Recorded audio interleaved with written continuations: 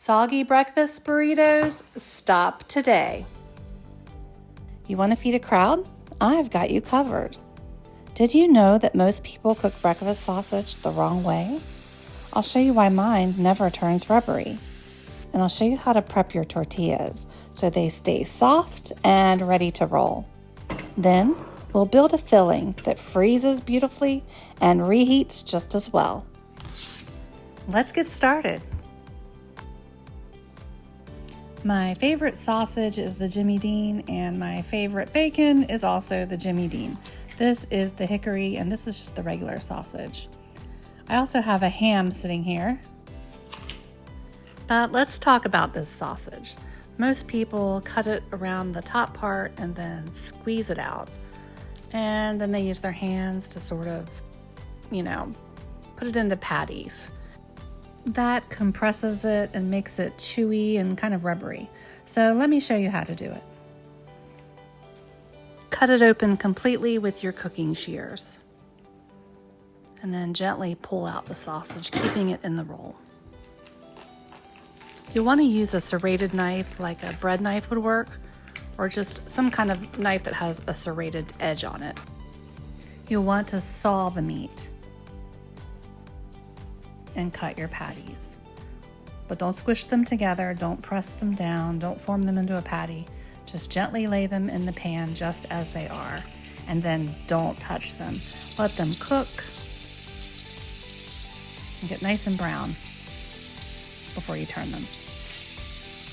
This is exactly the way I prepare sausage when I'm making biscuits and gravy. So if you don't want to miss out on that recipe, be sure to subscribe to my channel right now.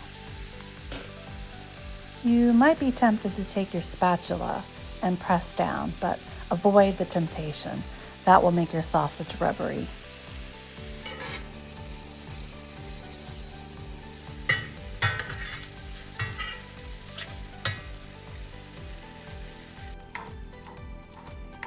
For breakfast burritos, I like to use a fork and just break it up into little chunks. This gives the burrito a nice texture of different sizes. Now we're also going to make some burritos with ham in it. I got this wonderful ham at Sam's Club, and every year I get this ham. They only sell it for a little while, but this would be extra good if you seared it as well. Now look at this sunbeam frying pan. This is from the 1950s and was originally produced in Australia. This one is pink, and they also made it in a turquoise color. Gosh, 1950s. Can you believe this is almost an antique? The scent of bacon sizzling in my kitchen right now.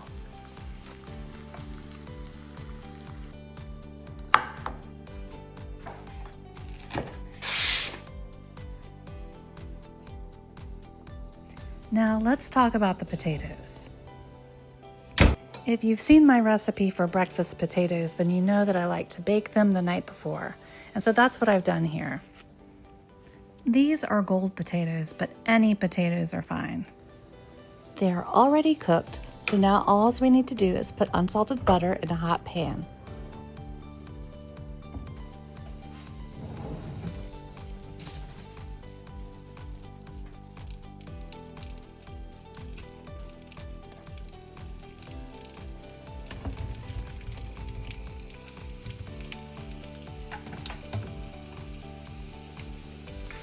And just exactly like we did the sausage, we've got them in the pan and we don't want to touch them. Just leave them be. Don't toss them around or saute them. They'll form a nice crust on the outside like that. Look at that.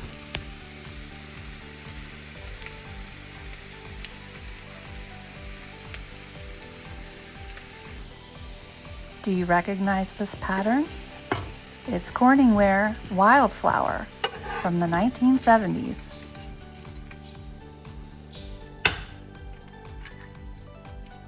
Now, I usually make my scrambled eggs with 1 tablespoon of unsalted butter to 3 eggs. That's 4 tablespoons of unsalted butter per 1 dozen eggs.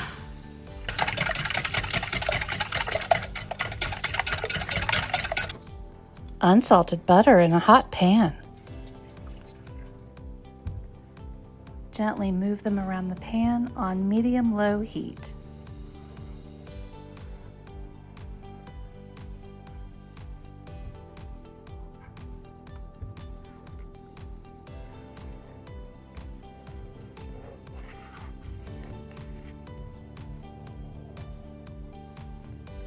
This is perfect right here. Still a little bit of moisture left in the eggs, which is great because they'll continue to cook once we assemble them.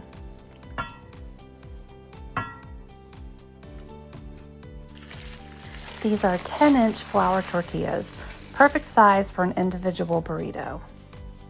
You want to heat the tortillas up a little bit so they won't crack when you fold them. You can do this right on the pan, just rub them around, or you can just pop them in the microwave for 5 to 10 seconds. I keep them over here on the side wrapped in my flour sack towel. We have the potatoes, the meats, and the cheeses that I've had sliced at the deli.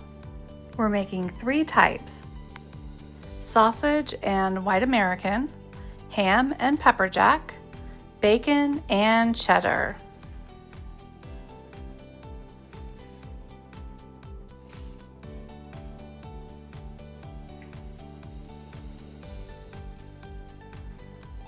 Layer the cheese, the potatoes, your meat, and then the eggs. Fold in and then push up very tightly, roll up to the top until the seam is at the bottom. Now, place the seam on a hot pan. No oil or anything. It's not a chimichanga, but this is a dry pan and it's just going to make them nice and crispy on the outside. And seal the burrito closed tight. No soggy, mushy burrito falling apart in your hands here.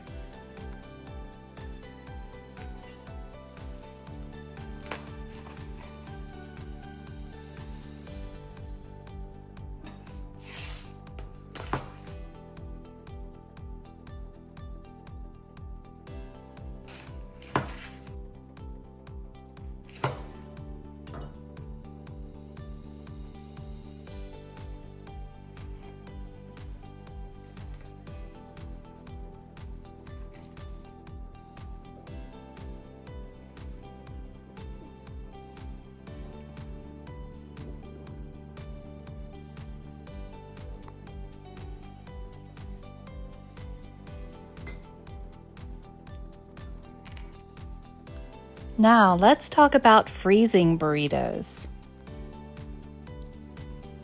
Making a large batch of burritos ahead of time, putting them in the freezer, and then everyone can have a burrito on a morning pretty quick, heating it up in the microwave. So for breakfast burritos, I like to mix everything together and then wrap them up, sear them like we do the other recipe, and then just put them in a freezer bag, straight like that. Now, one thing I don't do is I don't put potatoes in my freezer burritos because potatoes just really don't freeze that well. So we just put a little bit more eggs and meat, and the combination is eggs, meat, cheese, and then of course you'll have salsa once you heat it up. The 2 most important things when wrapping and rolling your burrito is you want to make sure that you've preheated it as I showed you before, and you also want to make sure you don't overfill it. That way everything fits in nice and tightly and it gives you lots of room to roll.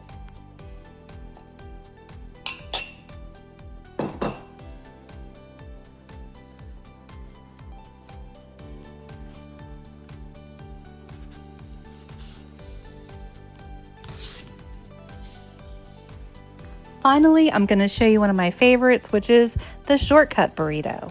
This is the burrito that you make and you eat it right on the spot. Some nice crispy tater tots that I've heated in the air fryer.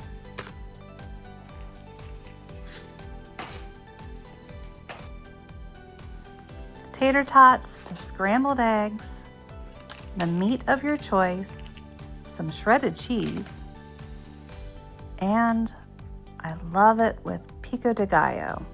My grocery store makes a really good pre-made version. So this is a great burrito for quick and easy. We still want to put it in the pan and sear it and get it nice and brown like that.